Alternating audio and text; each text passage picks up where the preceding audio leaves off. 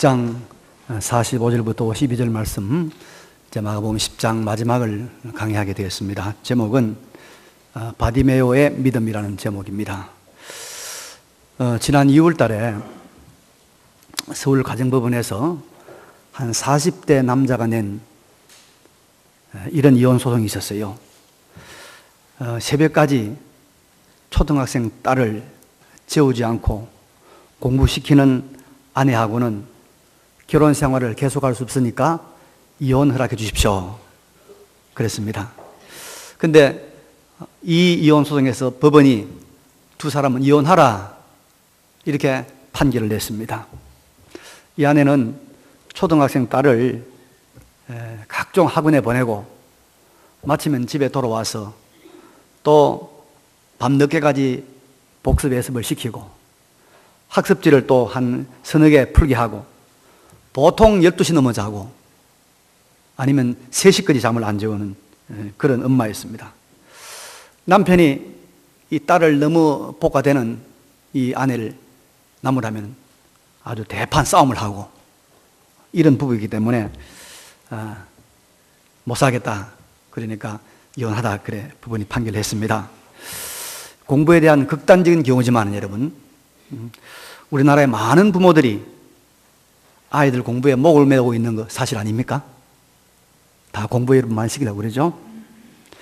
근데 공부를 많이 시키려고 하는 그 원인을, 동기를 찾아보면 부모님이 다 이렇게 말합니다.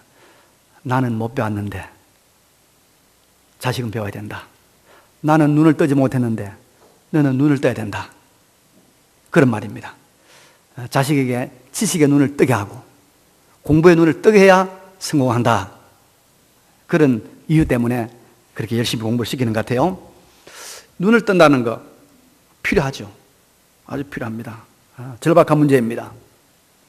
우리가 지식의 눈도 떠야 되지만은 더 절박한 우리가 눈을 떠야 됩니다. 오늘 본문에는 육신의 눈을 뜨지 못한 이 한 소경이 예수님으로 인해서 눈을 뜨게 되는 아주 놀라운 기적이 보도되고 있습니다. 오늘 이 말씀을 통해서 함께 은혜를 받으려고 합니다. 예수님께서 3년간의 공생애를 마치고 이제 마지막 예루살렘으로 올라가시죠. 왜냐하면 거기서 십자가에서 우리의 모든 죄를 다 대속하는 구속의 죽음을, 대속의 죽음을 죽으시려고 올라가십니다. 우리가 몇 주간에 살펴보았습니다만 이때 이 제자들은 예수님의 이 의도를 잘 모르고 엉뚱한 생각으로 서로가 높은 자리를 차지하려고 싸우려고 하고 예수님은 또 그들에게 낮은 자가 되어야 된다, 섬기는 자가 되어야 된다는 교훈을 했다는 거 우리가 잘 알고 있습니다. 이제 예수님께서 예루살렘으로 올라가는데 하루길쯤 되는 곳 여리고라는 도시가 있습니다. 한 36km 떨어진 곳입니다. 이곳에 들어갔다가 이제 묵으시고 올라가시는데 이곳에 있는 소경 거지, 아버지의 이름은 디메오, 아들은 바디메오입니다. 바디메오가 길가에 앉았다가 예수가 지나간다는 소리를 듣고서랑 그 소리를 듣고 소리를 지릅니다. 뭐라고 소리를 짓는가 하니까 다윗의 자손 예수여 나를 불쌍히 여기소서 소리를 지릅니다. 사람들이 이 거지 소경이 떠드니까 조용해라, 왜 떠드냐, 꾸짖으니까 더 큰 소리로 다윗의 자손 예수여 나를 불쌍히 여기소서 외치됩니다. 예수님께서 그 소리를 듣고 머물러 서서 그를 부르라, 그를 부르라. 사람들이 그에 가서 예수 그가 너를 부르신다, 그가 너를 부르신다 하니까 맹인이 덮고 있던 겉옷을 내던지고 뛰어 일어나서 예수님 앞으로 나왔습니다. 예수님께서 묻습니다. 내가 너에게 무엇을 하여 주기를 원하느냐? 네, 보기를 원합니다. 눈뜨기를 원합니다. 예수님께서 가라, 내 믿음이 너를 구원하였느니라 이 말씀을 하셨는데 그가 곧 보게 되어서 예수님을 뒤따랐다, 예루살렘에 올라갔다, 그런 말씀이 오늘 본문에 기록되어 있습니다. 여러분, 우리는 예수님께서 많은 병자들을 고쳐주신 것을 성경에서 봅니다. 그리고 지금도 예수님의 이름으로 많은 병자들이 고침을 받고 있는 것 우리가 믿습니다. 근데 오늘 본문에 나오는 이 바디메오는 단순히 육체의 질병을 고침받은 것뿐만 아니라 더 중요한 것을 고침받았습니다. 육체의 눈을 뜬 것만 아니라 더 소중한 눈을 뜨게 됐다, 그런 말입니다. 52절에 보니까 우리가 눈여겨봐야 될 말씀이 나오죠. 예수님께서 소경에게 이런 말씀을 하십니다. 가라.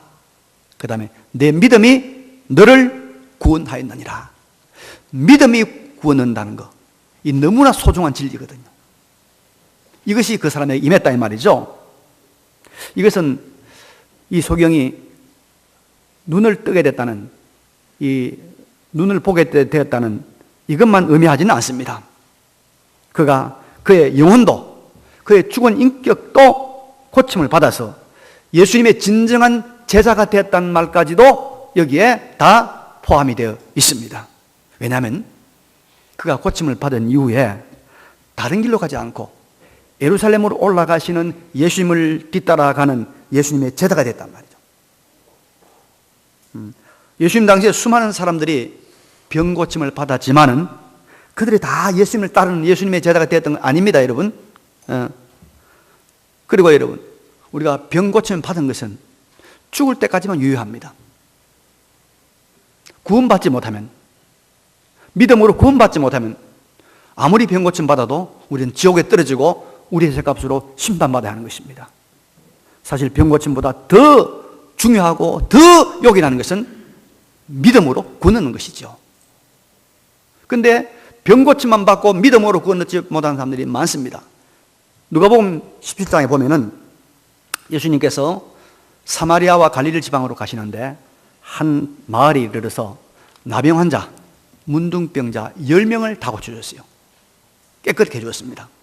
그런데 그 중에 한 사람이 사마리아 사람, 이방인, 이 사람이 하나님의 영광을 돌리며 예수님 앞에 와서 엎드리면서 감사를 했습니다. 이때 예수님께서 이렇게 말씀하시죠. 10사람이 다 깨끗함을 받지 아니하였느냐? 9은 어디 있느냐? 하시고 그 한 사람에게 그 다음에 이렇게 말합니다. 내 믿음이 너를 구원하였느니라. 그래서 이 문둥병자, 이 나병 환자는 1차적으로 10명이 다 나병에서 고침받았지만 믿음으로 구원 얻은 사람은 9명 중에 1명밖에 없다 이 말입니다. 그래서 우리가 이 내 믿음이 너를 구원하느니라 이 말은 영적 구원, 영의 눈을 뜬 사람, 영원한 생명을 얻은 사람에게 해당되는 말입니다. 그래서 이 바디메오는 여러분, 바디메오는 육적인 구원, 흔히 말하는 세상의 축복도 우리가 받았죠. 큰 받은. 그러나 더 중요한 것, 바로 믿음으로 구원하는 이 영생의 복을 받았단 말입니다. 우리 모두가 이 바디메오처럼 이 육적인 복도 받을 뿐 아니라 영적인 복, 육의 눈을 뜨고 영의 눈을 뜨는 영생의 복을 누리는 데까지 나아가야 될 줄로 믿습니다. 근데 여러분, 대단히 유감스럽게도 예수 믿는 사람들이 이 육적인 축복에만 만족하고 육적인 은혜를 받은 데만 만족하고, 예를 들어서 육신의 병이 낫고 물질적으로 풍족해지고 사회적으로 성공해서 명예와 권세가 있으면 그냥 됐다고 생각을 합니다. 오늘 우리가 그런 시대에 살고 있죠. 근데 여러분, 우리가 이거 알아야 됩니다. 육적인 이 축복의 뿌리는 영적인 것입니다. 육적인 것이 아무리 푸르고 청청해도 여러분, 뿌린 영이, 영적인 것이 말라버리면, 시간 지나면 뿌리가 말라버리면 위에 있는 잎이나 그 모든 줄기는 다 말라버리고 마는 것입니다. 육적인 모든 축복의 뿌리는 영적인 것입니다, 여러분. 자, 제가 이걸 좀 설명해 볼 테니 잘 들으세요. 여러분, 우리가 긴 안목으로 세상을 보고 좀 우리가 시간을 멀리 놓고 역사를 보면은 도덕적이고 윤리적인 사람, 도덕적이고 윤리적인 기업이나 공동체가 반드시 세상을 차지합니다. 여러분, 악덕 기업이 잘 되는 거 봤습니까? 처음엔 좀 잘 되겠죠. 그러나 결국은 망합니다. 악한 정권이 여러분 오래 가는 거 봤습니까? 망합니다. 악한 개인이 잘 되는 거 봤습니까? 처음엔 좀 위세를 부리고 좀 그럴 때 해도 다 망합니다. 세상을 보면 도덕적이고 윤리적인 사람이 결국은 세상을 다 차지합니다. 개인도 기업도 마찬가지죠. 그런데 이런 도덕, 윤리, 사회의식 이런 것들이 어디서 나올까? 어디서 나올까? 학교에서 윤리교육을 열심히 시키고 윤리학점을 여러분 대학에서 10학점까지 따라 또 도덕교육을 시킨다? 그러면 될까요? 예, 물론 안 하는 것보다 낫겠죠. 그러나 그것이 강력한 힘을 절대로 발휘하지 못합니다. 힘 있는 도덕, 강력한 윤리운동은 바로 영혼이 살아있는 사람들에 의해서 일어납니다. 살아있는 하나님을 믿고 하나님의 손길을 경외하고 하나님을 두려워하고 하나님을 믿는 사람들이 하나님의 사랑을 이 땅에 실현하려고 하는 거기에서 진정한 도덕과 윤리가 나오는 것입니다. 그래서 이렇게 영이 살은 사람들이 도덕적인 윤리적인 사람이 자연스럽게 되고 그리고 그들이 결국은 세상을 차지한다 이 말입니다. 이 원리가 여러분 너무 분명하지 않습니까? 그래서 영적인 복을 받으면 시간이 지나면 육적인 복은 저절로 따라오는 것입니다. 믿으시기 바랍니다. 그런데 육적인 복에만 만족하고 영적인 복을 등한하면 지금 가지고 있는 지위, 재물 모든 것들이 다 서서히 말라가는 것입니다. 지금 미국이 그런 현상이 나타났습니다. 유럽이 그랬습니다. 대한민국이 지금 그래 가고 있는 거예요. 대한민국 교회가 그래 가고 있다 이 말입니다. 영적인 복이 이게 고갈되지 않고 계속 공급돼야 우리의 육적인 복이 자손만대로 이어지는 것입니다. 믿으시기 바랍니다. 그래서 이 바디메오는 육적인 복을 받아서 눈을 떴을 뿐만 아니라 믿음으로 구원 얻는 영적인 복을 받았다 이 말입니다. 우리 모두 이 바디메오가 가졌던 이 진정한 믿음 이걸 가지고 영적인 육적인 복을 다 받으시기 바랍니다. 지금 돈 있다고 조금 만족하시죠? 예, 이만하면 되다 싶어죠? 천만의 말씀. 영적으로 여러분 우리가 고갈되면요 그거는 다음 때에 다 무너지게 되어 있습니다. 오래 살고 다 봐야지. 오래 살고 봐야지. 오래 살고 다 봐야지. 틀림없어요. 자, 그러면 여러분 우리가 이 육적인 복을 오래 유지하고 그리고 영원한 영생의 복을 누리는 이 믿음, 이 바디메오가 가졌던 믿음, 이 믿음이 무슨 믿음일까? 한번 살펴보겠습니다. 본문에 등장한 바디메오의 믿음은 적어도 한 세 가지로 우리가 좀 분석이 됩니다. 첫째는 그는 예수님을 향하여 뭐라 불렀습니까? 다윗의 자손 예수여 나를 불쌍히 여기소서 했습니다. 잠잠하라는 책망을 들었지만은 계속해서 더 크게 소리 지릅니다. 뭐라고 부릅니까? 또 다윗의 자손 예수여. 근데 이 소리에 예수님께서 귀를 기울이시고 가던 길을 멈추고 불러오라 하신 것입니다. 여러분 여기 소경이 예수님을 향하여 다윗의 자손이라 라고 부른 것은 마가복음에 처음으로 등장한 말입니다. 마가복음에 귀한 말이죠. 바디메오는 예수님을 다윗의 자손이라고 부르고 있는 것입니다. 이것은 그는 예수님이 하나님이 선지자들 통하여 구약 성경에 예언한 바로 그 메시아, 바로 그 그리스도라, 그 고백을 하고 있는 것입니다.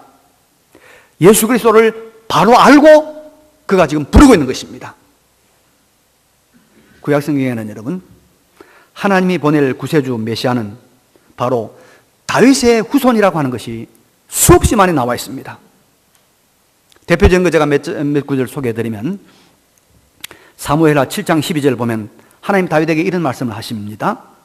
내 수완이 차서 내 조상들과 함께 누울 때 내가 내 몸에서 날 내 씨를 내 뒤에 세워 그의 나라를 견고하게 하리라. 그는 내 이름을 위하여 집을 건축할 것이요 나는 그의 나라 왕위를 영원히 견고하게 하리라. 다윗의 후손의 왕위가 영원히 견고해진다는 거예요. 영원히 견고해지는 왕이 누굽니까? 그리스도 아닙니까? 시편 89편 3절에 보면 주께서 이르시되 나는 내가 택한 자와 언약을 맺으며 내 종 다윗에게 맹세하기를 내가 내 자손을 영원히 견고히 하며 내 왕위를 대대에 세우리라 하셨나이다. 다윗에게 하나님께서 약속하신 언약입니다. 소경거지 바디메오는 예수님에 대해서 성경이 말하는 대로 정확하게 알고 정확하게 불렀고 외쳤던 것입니다. 그리고 이것이야말로 여러분 바른 믿음입니다. 여러분 우리가 내가 부르는 예수가 성경이 말하는 그 예수여야 되는 거예요. 그래야 예수님이 머물러 쓴다 이 말입니다. 그게 바로 내 이름이다 하시는 것이죠. 여러분 그래서 우리가 여러분 성경을 공부해야 되는 이유가 여기 있습니다. 내가 부르는 예수가, 내가 지금 찾고 있는 예수가 성경에서 말하는 예수인가? 내가 기도하는 그 대상이 되는 예수님이 성경이 말하는 대상인가? 아니면 내가 주워 들은 이야기인가? 잘 기억해야 돼요. 우리가 흔히 교회 다니다가 상처받고 시험 들어서 교회 안 나간다는 사람들 들어 만납니다. 근데 그런 분들은 성경의 예수를 믿은 것이 아니라 사람, 그것도 제대로 된 성도가 아닌 사람이 가르쳐준 엉뚱한 예수. 그 엉뚱한 예수를 진짜 예수인 줄로 믿다가 나가 떨어지고 만 것입니다. 그래서 우리는 성경을 가까이 해야 됩니다, 여러분. 성경이 가르치는 예수를 불러야 돼요. 성경이 가르치는 예수에게 기도해야 돼요. 내가 필요한 예수가 아니에요. 내가 들은 예수가 아니에요. 그래서 우리가 여러분 설교를 들을 때도 야 재미있다, 잘한다, 뭐 못한다 이렇게 말하지 말고 그 말씀이 성경 말씀과 부합이 되는가 안 되는가, 이 성경에 맞는가 안 맞는가, 이걸 찾아보고 우리가 설교를 들어야 돼요. 그거 없이 들으면 그거는 여러분 이야기 듣는 거예요. 이거는 여러분 코미디 보는 거예요. 성경. 우리 한국 교회가 여러분 성경을 지금 멀리하기 시작했어요. 오늘 성경 안 가져온 분 있는데요. 혹시 또 스마트폰 가져왔으니까 제가 모르겠습니다만은 주일날 교회 올 때는 성경을 챙겨올 생각해야 되죠. 성경을 챙겨가지고 하다못해 안 되면 스마트폰 가져와서 봐야죠. 성경이 말하는 예수를 부르고 성경이 말하는 예수께 기도해야 그게 참 믿음인 줄 믿습니다. 참 믿음입니다. 예. 우리는 여러분 예수가 아브라함의 후손, 다윗의 후손, 그리고 동정녀 마리아의 몸에서 태어난 예수, 처녀의 몸에서 남자 없이 태어난 예수, 그리고 십자가에서 죽으셨다가 3일 만에 부활한 예수, 그리고 40일 동안 이 땅에 계시다가 하늘로 승천하여 지금도 하나님 보좌 우편에서 우리를 굽어보고 계시는 예수, 그 예수가 우리가 믿는 예수인 줄로 믿습니다. 우리가 이 예수를 믿어야 참 믿음입니다. 그래야 영과 육의 복을 받는 것입니다. 두 번째로 이 소경 거지 바디메오는 다윗의 같은 예수여 한다면 그러고 모르겠죠? 나를 불쌍히 여기소서.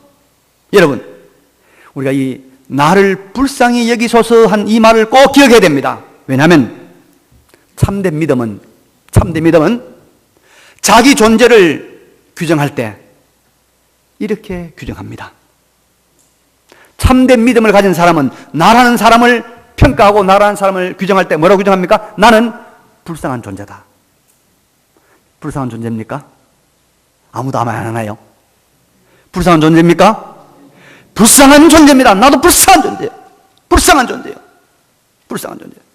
하나님 앞에서 나를 가리워달라, 나를 도와달라, 난 너무 불쌍한 존재니까, 그렇게 자기 자신을 규정할 때 참 믿음이 되는 것입니다. 여러분 시편을 다 좋아하죠. 시편 너무 은혜가 되잖아요. 저도 시편으로 큐티를 많이 하고 시편을 통해서 제가 위로를 받고 힘을 얻고 용기를 얻고 그랬습니다. 근데 그 시편의 대부분을 기록한 사람이 누구죠? 다윗이죠. 다윗, 그죠? 다윗인데 다윗은 시편에서 자기 자신을 어떤 존재로 고백하고 있느냐 하면요, 곤고한 자, 처량한 자, 신음하는 자, 신음하는 자, 환난을 당한 자, 수치를 당하는 자, 조롱거리가 된 자, 비방을 당하는 자, 그래서 심지어 자기를 벌레라고 말합니다. 불쌍한 자란 말이에요. 불쌍한 자. 근데 이렇게 자기 자신을 고백한 다윗이 하나님의 사랑과 하나님의 은혜를 가장 많이 받은 사람입니다. 할렐루야. 불쌍한 자입니까? 불쌍한 자입니다. 여러분, 그래서 꼭 기억하세요. 자기의, 자기 잘남, 이것이 있는 동안은 능력의 성령께서 우리 가운데 결단코 역사하지 않는다는 걸 꼭 믿으시기 바랍니다. 자기의가 있는 동안은 성령은 역사하지 않습니다. 역사하지 않습니다. 불쌍한 자입니다, 가련한 자입니다 라고 우리가 고백할 때 참 믿음이고 성령이 역사하는 것입니다. 이 비밀을 믿으시기 바랍니다. 그래서 여러분, 우리가 하나님 앞에서 교회 생활하면서 버려야 될 것이 많이 있지만은 반드시 버려야 될 것 뭔지 압니까? 자존심. 하나님 앞에서 교회 생활하면서 반드시 버려야 할 것 뭐라고요? 자존심 버려야 돼요. 자존심. 그 알량한 자존심이 있기 때문에 은혜 못 받는 사람이 너무 많습니다. 쓸데없는 자존심 버려야 됩니다. 그래서 신학교 들어가면 이 자존심 버리게 하려고요, 제일 먼저 뭐 하는지 압니까? 전부 다 목욕탕에 데려갑니다. 옷을 홀랑 벗겨가지고 목욕을 시킵니다. 그때부터 다 하하, 이제 다 드러나잖아요. 다 벗었으니까. 그때부터 자존심 다 내려놓고 다 은혜 받는 삶을 우리가 살아가게 됩니다. 여러분, 하나님 앞에서의 자존심, 오만함, 잘난치 않은 마음, 이거 있으면 예수님 지나갑니다. 불쌍히 여기소서. 어린아이처럼 순진하고 겸손한 이 마음이 있을 때 참 믿음이 되는 줄로 믿습니다. 그때 주님이 뭐요? 멈추어 서는 거예요. 그래, 내가 너 좀 돌아봐 줄까? 멈추는 거예요. 잘난 사람끼리 살아야죠. 주님께서 불쌍히 여기소서.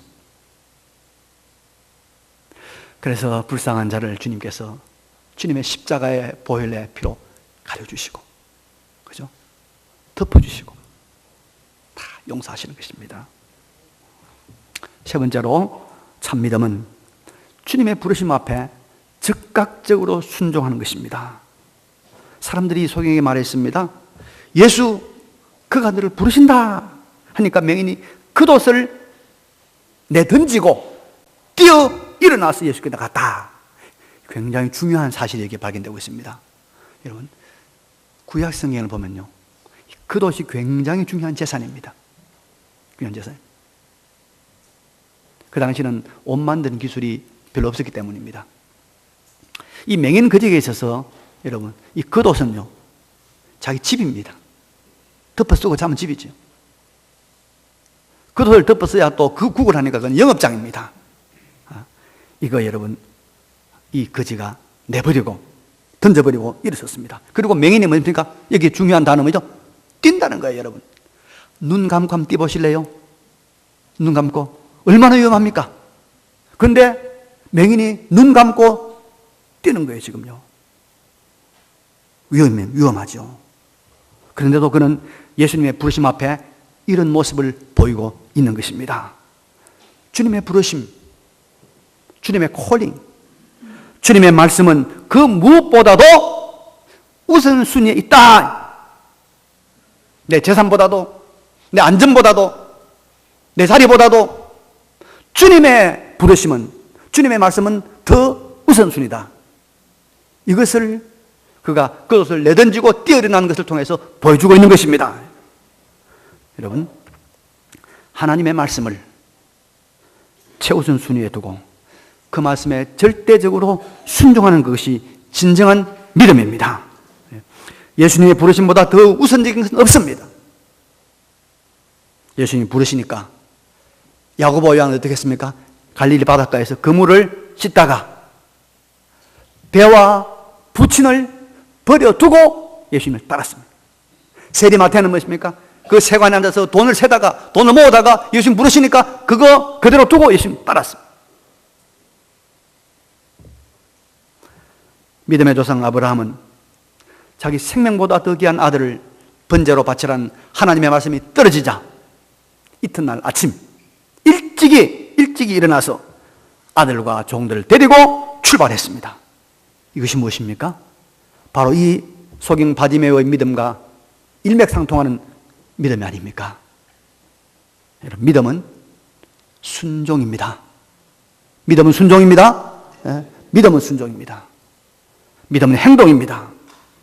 하나님의 말씀, 하나님 우선의 삶을 살아갈 때 그것이 바로 참 믿음이 되는 것입니다. 이 소경 거지 바디메오는 이 짧은 행동을 통해서도 그의 참 믿음을 증거했습니다. 그래서 내 믿음이 너를 구원하였느니라 믿음으로 구원받아 예수님의 제자가 되어서 영생 없는 제자가 되었고 그의 눈도 떠여지는 육적인 축복도 받는 이런 놀라운 하나님의 은혜를 체험했습니다. 말씀 정리하겠습니다. 여러분, 참 믿음은 영과 육의 복을 받습니다. 우리가 영의 눈이 떠지고 영적인 복이 계속될 때 우리는 육적인 복은 자연스럽게 따라옵니다. 이 영과 육의 복을 받는 참된 믿음은 세 가지입니다. 오늘 바디메오가 보여준 참된 믿음 세 가지. 첫 번째 무엇입니까? 성경이 말하는 예수 믿어야 됩니다. 성경 모르고 예수 믿는 건 다 여러분 그건 다 거짓말입니다. 오바마 대통령이 성경을 모르고 예수 믿어요. 이제 오바마가 하는 말은 다 여러분 성경적인 말이 아닙니다. 그 사람은 모든 종교에 구원이 있다고 말합니다. 교황도 그렇게 말합니다. 성경이 말하는 예수 믿어야 됩니다. 두 번째로 나라는 존재를 어떻게 봅니까? 어떤 존재요? 불쌍한 존재. 불쌍합니까? 불쌍합니다. 저는 제가 불쌍해가지고 막 가끔 울 때가 있어요. 불쌍해요. 불쌍해요. 그것 때문에 우리 사람 도망가고 살고 있어요, 지금. 네, 불쌍해요. 불쌍해요. 그럼 어떻게 됩니까? 하나님 말씀이 떨어지면 순종해야죠. 무조건 순종해야죠. 그 돛을 내던지고 위험하지만은 이래서 뛰어가는 거예요. 이 하나님의 말씀은 살아있는 말씀이고 이 말씀의 능력은, 이 믿음의 능력은 오늘도 역사 가운데, 우리의 삶 가운데, 우리 개인의 생활 가운데 나타날 줄로 믿습니다. 여러분, 하나님은 무한한 하나님입니다. 우리 눈앞에 교회가 약해졌다고 해서 하나님 약해진 거 아닙니다. 우리 한국 교회가 세계졌다고 해서 하나님의 교회가 세계진 거 아닙니다. 영원하신 하나님, 광대하신 하나님, 무한하신 하나님 역사는 오늘도 우리의 삶 속에서 계속될 것입니다. 이 하나님 역사를 입을 수 있는 참 믿음의 사람 되시기를 간절히 바랍니다. 잠깐 결단의 기도를 드리겠습니다. 결단하겠습니다. 걸어가신